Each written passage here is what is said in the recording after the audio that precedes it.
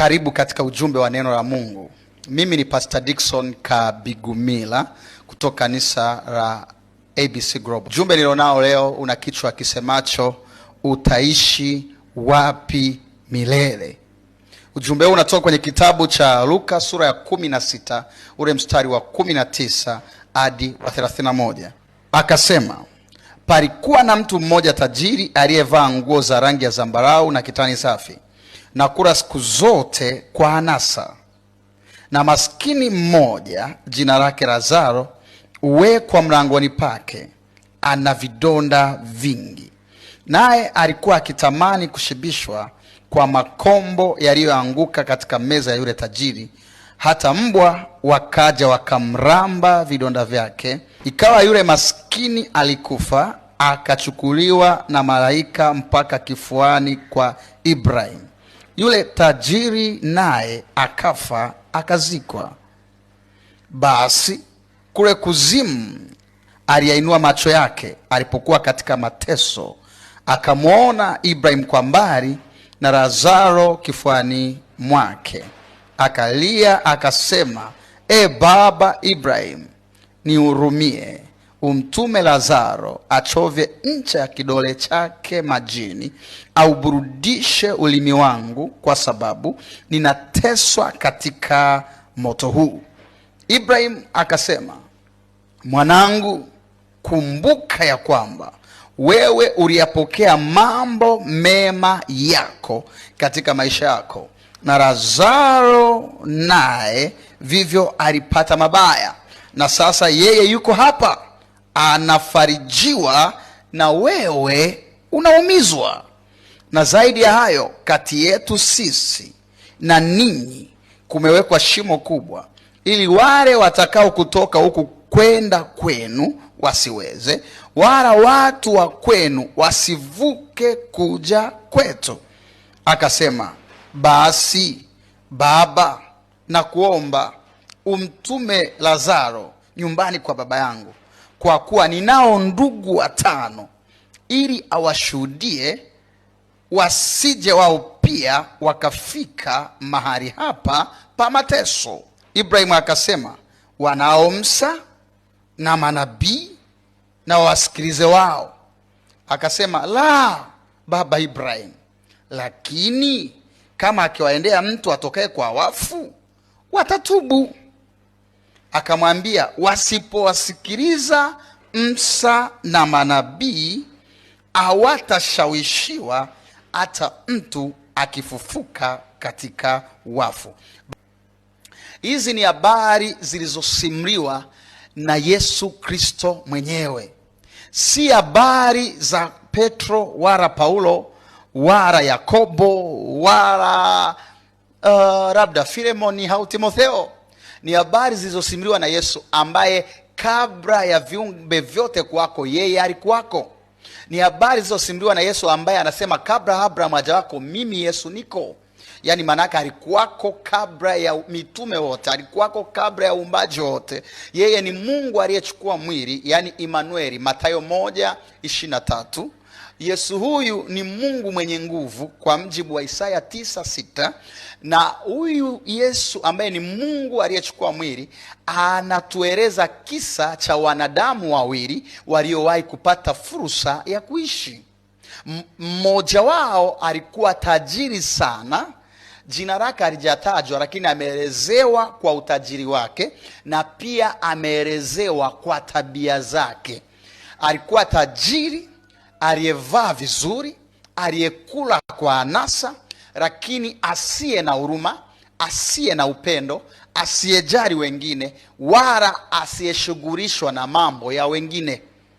Yeye alikuwa haoni shida kula vizuri, haoni shida kuishi maisha ya anasa, lakini wakati huo kuna mtu mwingine mwenye haja ya chakula, anahangaika, anagombea makombo na mbwa.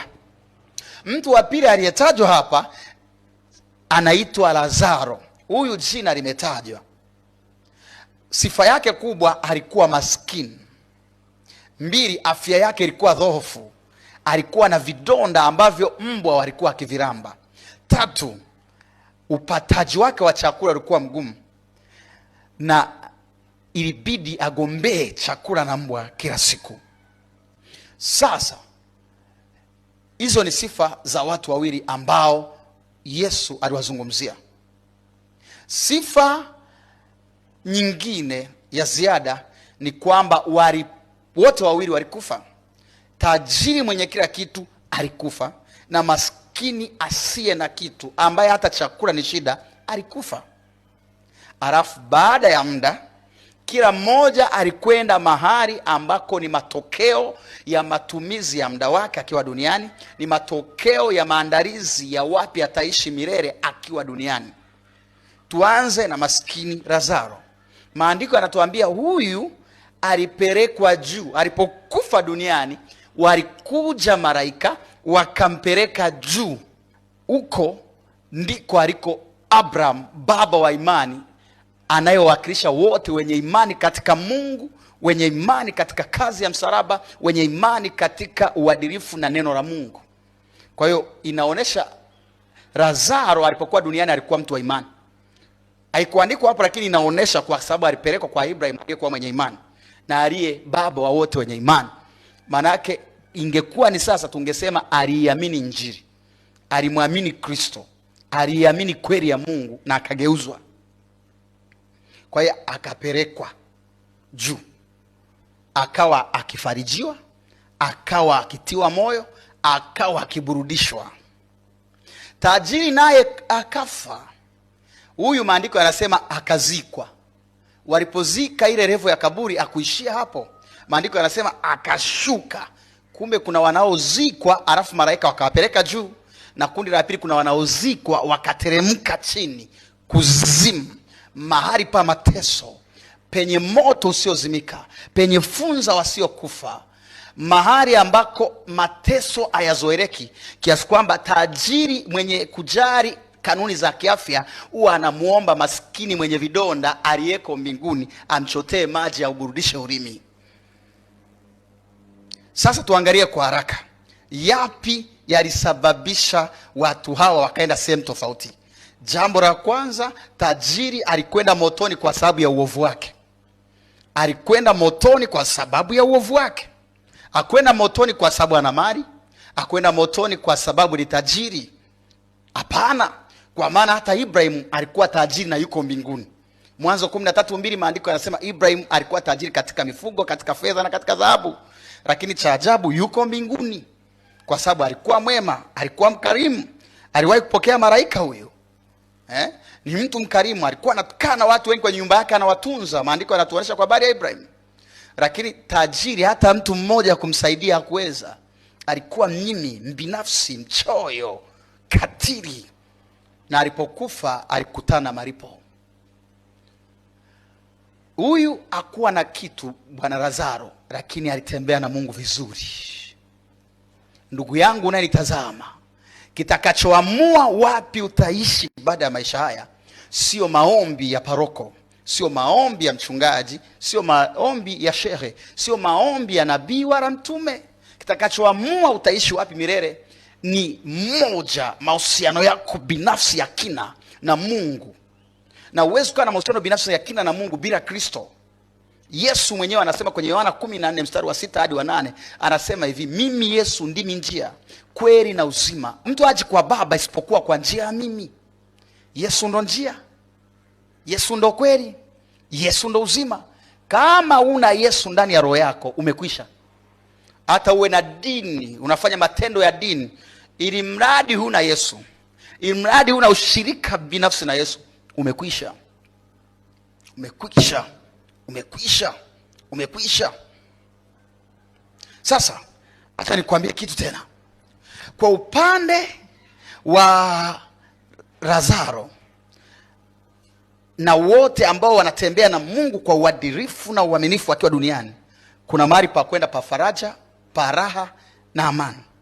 Kwa upande wanaocheza na dhambi kama alivyokuwa tajiri, kuna mateso yasiyozoeleka, mateso yasiyobebeka, ambao walioko kule wanatamani hata tone la maji. Huko ndiko wanakokwenda wale waliokataa kutembea katika njia za Mungu. Asubuhi ya leo, hakuna kamari kwamba nitajikuta mbinguni. Hakuna kamari kwamba nitajikuta motoni. Wanaokwenda motoni wanajijua wakiwa duniani, na wanaokwenda mbinguni wanajijua wakiwa duniani. Kwenda mbinguni ni uchaguzi, na kwenda motoni ni uchaguzi. Neno la Mungu linasema kwenye kitabu cha Yohana 3:16, kwa maana jinsi Mungu aliupenda ulimwengu hata akamtoa mwanae pekee, ili kila mtu amwaminie asipotee, bali awe na uzima wa milele. Yesu amebeba uzima wa milele. Yesu amebeba uzima wa milele. Ukimwamini una uzima, ukimkataa umekwisha.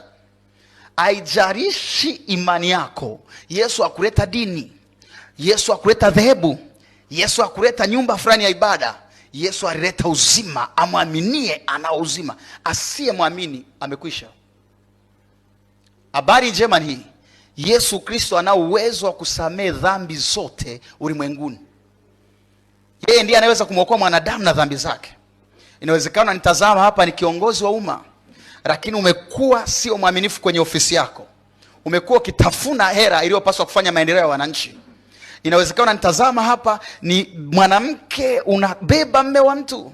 Inawezekana ni mtu unatoka na mke wa rafiki yako. Ni siri sana, hakuna anayejua. Mke hajui, marafiki hawajui. Na kuhakikishia siku ile hautapenya, hautatoboa. Mbinguni akiingii kinyonge. Mbinguni hawaingii watu ovyo ovyo, hawaingii watu walioamua kujirahisisha na kucheza na dhambi. Yesu alipokuwa duniani alisema njia ile imesongwa ielekea uzimani, au waionao na waipitiao ni wachache. Unaweza ukasema na mbinguni sio rahisi namna hiyo. Ni lazima uwe na Yesu, na lazima ukubali kulipa gharama ya utakatifu. Waebrania sura 12 mstari wa 14, maandiko yanasema tafuteni kwa bidii kuwa na amani na watu wote, na huo utakatifu ambao pasipo huo hakuna mtu atamuona Mungu. Ninakubali una dini yako, ninakubali una dhehebu lako, nakubali una imani yako, lakini jiambie ukweli. Ukifa leo utakuwa mgeni wa nani? Na yale maisha yako ya kwenye simu, utakuwa mgeni wa nani? Lakini nayo habari njema, Yesu anaweza kurehemu, anaweza kukupa nafasi kwenye uzima wake. Hapo ulipo, ikiwa unasema ninatamani kuanza maisha mapya, sitaki kuendelea na maisha ya dhambi, unaweza ukafunika macho hapo ulipo, na Yesu Kristo ataingia ndani yako. Ufunuo 3:20, Yesu anasema mlangoni anabisha, ukimfungulia anaingia kwako. Ninaomba na wewe sasa rudia maneno haya kama uko tayari kuokoka na kumpa Yesu maisha yako. Sema, Bwana Yesu, mimi ni mwenye dhambi, ninaomba unirehemu, unitakase kabisa kwa damu yako ya thamani. Kuanzia leo ninakupa maisha yangu. Asante Yesu kwa kunisamehe na kuniokoa. Amen.